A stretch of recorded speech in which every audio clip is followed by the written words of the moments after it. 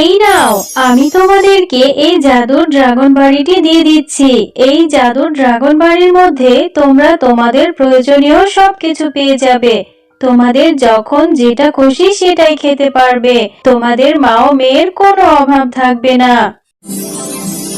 টুম্পা, আমি একটু বাজারে যাচ্ছি রে মা, তুই বাড়িতেই থাক আর সাবধানে থাকিস। আমি কিছুক্ষণ পরেই বাজারটা নিয়ে চলে আসবো। ও মা, তুমি বাজারে যাচ্ছ? আমাকেও তোমার সাথে নিয়ে যাও না মা। বাজারে গিয়ে আমি তোমার সাথে বাজার করে নিয়ে আসবো। না রে টুম্পা, তুই বাচ্চা মেয়ে কেন বাজারে যাবি? আর বাইরে যে ভীষণ রোদ উঠেছে, এই গরমের মধ্যে তোকে বাজারে যেতে হবে না, তুই বাড়িতেই থাক। তুমি আমার মতো একটা ছোট বাচ্চাকে ঘরে একা রেখে যাবে? আমার ভয় করে না বুঝি? আমার ঘরে একা একা থাকতে ভীষণ ভয় লাগে। আমি ঘরে থাকতে পারবো না। তুমি আমাকে তোমার সাথে নিয়ে যাও।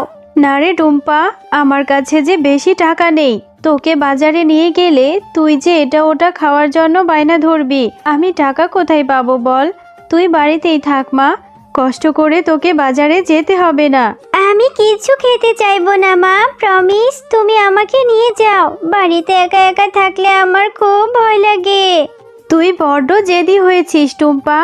একা একা খেলতে যাস, তখন তোর ভয় লাগে না, বাড়িতে থাকতে ভয় লাগে। চল, আমি কিন্তু তোকে কিচ্ছু কিনে দেব না।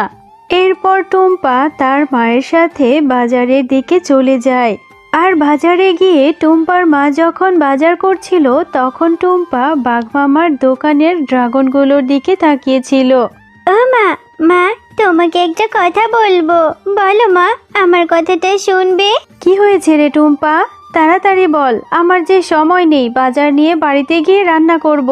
মা, ওই দেখো, বাঘ মামার দোকানে কত ড্রাগন ফল। দেখতে কত লাল টকটকে। ড্রাগন ফল খেতে নাকি অনেক মজা। ও মা, আমাকে একটা ড্রাগন কিনে দাও না মা। আমার খুব ড্রাগন খেতে ইচ্ছে করছে। টুম্পা, তুই না আমাকে প্রমিস করেছিলি যে তুই বাজারে এসে কিচ্ছু খেতে চাইবি না, তাহলে এখন কেন ড্রাগন খাওয়ার বায়না করছিস? আমি তো তোকে আগেই বলেছি আমার কাছে কোনো টাকা নেই, আমি কি করে ড্রাগন কিনে দেব? আর ড্রাগন ফলের যে অনেক টাকা দাম। ও মা, আজকের মতোই দাও না। আমি আর কখনো কিচ্ছু খেতে চাইবো না। আমার যে ওই ড্রাগন দেখে খুব লোভ লাগছে। ড্রাগনের তো বেশি দাম না। তুমি একটু বাঘমামার সাথে কথা বলে দেখো না। আমাদের মতো গরিবদের যে ভালো ফল খেতে নেই রে মা। তুই যেহেতু এত করে বলছিস, আচ্ছা ঠিক আছে, চল গিয়ে বাঘ মামাকে জিজ্ঞাসা করে দেখি ড্রাগনগুলো আমাকে বাকিতে দেয় কিনা। বাকিতে দিলে আমি পরে বাঘ মামার টাকা শোধ করে দিব। বাঘ মামা, আপনার দোকানের ড্রাগনগুলো কত করে বিক্রি করছেন? শেফা, ড্রাগন কি কেনার জন্যই দাম জিজ্ঞাসা করছিস নাকি দেখার জন্য? আমি তো জানি তুই ড্রাগন ফল খেতে পারবি না। ড্রাগন ফল 500 টাকা করে কেজি। বাঘ মামা, আমাকে তাহলে হাফ কেজি ড্রাগন বাকিতে দিন না। মেয়েটা যে বড্ড বায়না ধরছে ড্রাগন খাওয়ার জন্য। আমার কাছে যে এখন টাকা নেই, আমার হাতে টাকা হলে তখন আপনাকে টাকা পরিশোধ করে দেব। শেফা, আমি বাকিতে কিছু বিক্রি করি না, তুই তো জানিস। আর তুই আমার দোকান থেকে বাকিতে ড্রাগন খেতে এসেছিস, তোর কাছে 3 মাসের বাড়ি ভাড়া পাবো। আমার বাড়ি ভাড়া দিচ্ছিস না, এখন আবার এসেছিস মেয়েকে ড্রাগন খাওয়াতে। তোকে আমি বাকিতে ড্রাগন দিতে পারবো না, কারণ তুই এই ড্রাগনের টাকা পরিশোধই করতে পারবি না। তুই আজকে আমার বাড়ি থেকে বেরিয়ে যাবি। আমার বাড়িটা ফাঁকা করে দে, আমি অন্য ভাড়াটিয়াকে ভাড়া দেব। যা তো এখান থেকে। আচ্ছা ঠিক আছে বাঘ মামা, আমি আজই আপনার বাড়ি ছেড়ে দেব। এরপর শেফা শিয়ালিনী তার ছোট মেয়ে টুম্পাকে নিয়ে জঙ্গলে জঙ্গলে ঘুরতে থাকে। এভাবে যেতে যেতে তারা মা ও মেয়ে গহীন জঙ্গলের মধ্যে চলে যায়। মা, আমার যে পাটা ব্যথা করছে। আমি আর হাঁটতে পারছি না। তুমি সে কখন থেকে হেঁটেই যাচ্ছ। আমার যে খুব খারাপ লাগছে আর অনেক খিদেও পেয়েছে মা। তুমি এভাবে আর কতক্ষণ হাঁটবে? একটু কষ্ট কর মা, আমাদের যে যাওয়ার মতো কোনো জায়গা নেই, দেখি কোথাও একটু থাকার ব্যবস্থা করতে পারি কিনা। এই সব কিছু তো আমার জন্য হয়েছে মা। আমি যদি ড্রাগন খেতে না চাইতাম তাহলে বাঘ মামা তোমাকে অপমান করতো না, আর বাঘ মামা আমাদের বাড়ি ছেড়ে চলেও আসতে বলতো না। আমি আর কোনোদিনই ড্রাগন খাবো না মা, আর কখনো কিচ্ছু খেতে চাইবো না।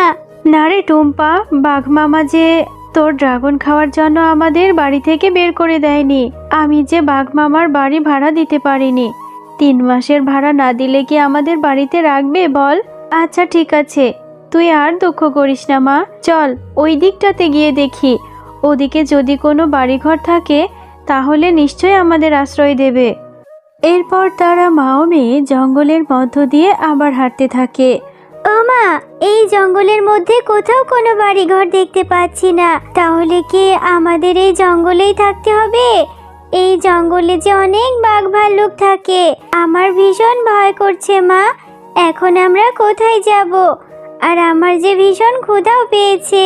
হ্যাঁ রে মা, তুই চিন্তা করিস না, নিশ্চয়ই আল্লাহ আমাদের একটা ব্যবস্থা করে দেবে। আল্লাহর উপর ভরসা রাখ মা। আয় এখানে একটু জিরিয়ে নি।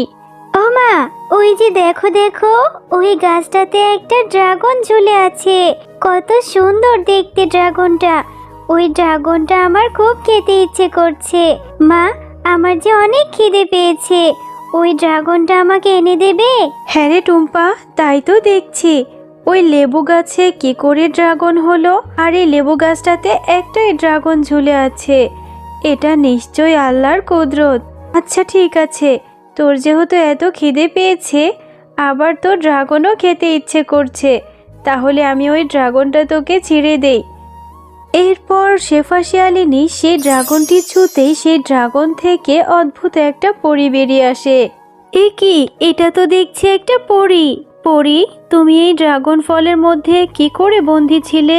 সেটা অনেক ঘটনা, আমি তোমাদেরকে সবকিছু খুলে বলছি। একদিন আমি পরীকুল থেকে তোমাদের এই পশুকুলে চলে আসি। এই কি, এই পশুকুল তো দেখছি অনেক সুন্দর। চারিদিকে কত সবুজ, কত মনোরম সুন্দর পরিবেশ। যাই, আমি পশুকুলটা একটু ঘুরে ঘুরে দেখে আসি। আরে আরে, এই ফলগুলো দেখতে কত সুন্দর দেখাচ্ছে। নিশ্চয়ই এই ফলগুলো খেতে অনেক সুস্বাদু হবে। আমার যে ভীষণ ক্ষুধা পেয়েছে, আমি এখান থেকে কিছু সুস্বাদু ফল খেয়ে এরপর আমার ক্ষুধা নিবারণ করি। এরপর আমি সেই সুস্বাদু ড্রাগনগুলো খেয়ে সেই ড্রাগনের খোসাগুলো ফেলে দেই। আর সেই খোসাগুলো জঙ্গলের ধ্যানরত্ন থাকা এক তান্ত্রিকের গায়ের উপরে গিয়ে পড়ে। আরে, কার এত বড় সাহস আমার মাথার উপরে ঢিল ছুঁড়ে আমার ধ্যানটা ভঙ্গ করলো? আরে এই পরি, তোর এত বড় সাহস, তুই আমার মাথার উপরে ঢিল ছুঁড়েছিস? তান্ত্রিক বাবা, আমি যে ইচ্ছা করে ড্রাগনের খোসা আপনার মাথার উপর ফেলিনি। আমি পরিকুল থেকে এই পশুকুলে এসেছিলাম, আর এসে আমি এই ড্রাগন খেয়ে ক্ষুধা নিবারণ করে এই খোসাগুলো ফেলতেই আপনার মাথার উপর পড়েছে।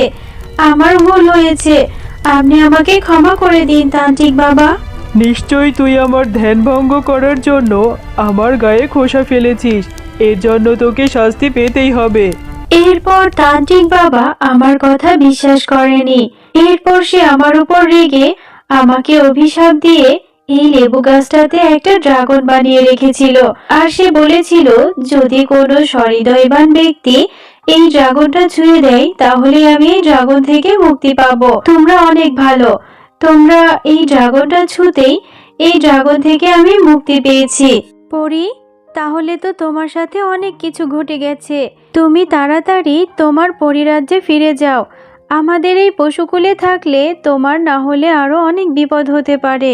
শেফা, তোমরা মা ও মেয়ে খুবই ভালো, তোমরা আমার উপকার করেছো, তাই আমি তোমাদেরকে সাহায্য করব। কিন্তু তোমরা মা ও মেয়ে এই গহীন জঙ্গলের মধ্যে কি করছো?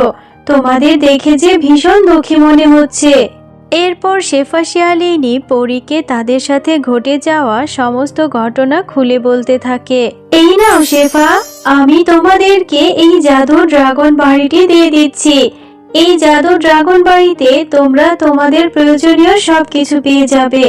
তোমাদের যা লাগবে সবকিছু চাইতে এই ড্রাগন বাড়ি দিয়ে দিবে। তোমাদের মা ও মেয়ের আর কোনো অভাব থাকবে না। তোমরা অনেক ভালো, তোমরা সব সময় অনেক ভালো থেকো। তোমাকে অনেক ধন্যবাদ পরি। তোমার এই ঋণ আমরা কখনোই ভুলবো না। তুমি যে আমাদের কি উপকার করলে, না হলে যে মেয়েটাকে নিয়ে জঙ্গলে জঙ্গলে ঘুরে বেড়াতে হতো। তোমাকে অনেক ধন্যবাদ শেফা।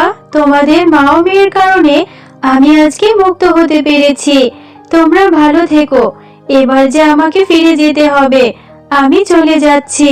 মা দেখো, ওই পরীটা আমাদের একটা ড্রাগন বাড়ি দিয়েছে, আর আমরা এই ড্রাগন বাড়ি থেকে যা খুশি তাই খেতে পারবো।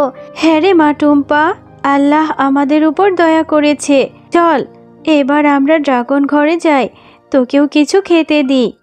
ও বন্ধুরা, গল্পটি যদি ভালো লেগে থাকে চ্যানেলটিকে সাবস্ক্রাইব করে দাও, আর পাশে থাকা বেল আইকনটিতে প্রেস করে আমাদের পাশেই থেকো। ধন্যবাদ।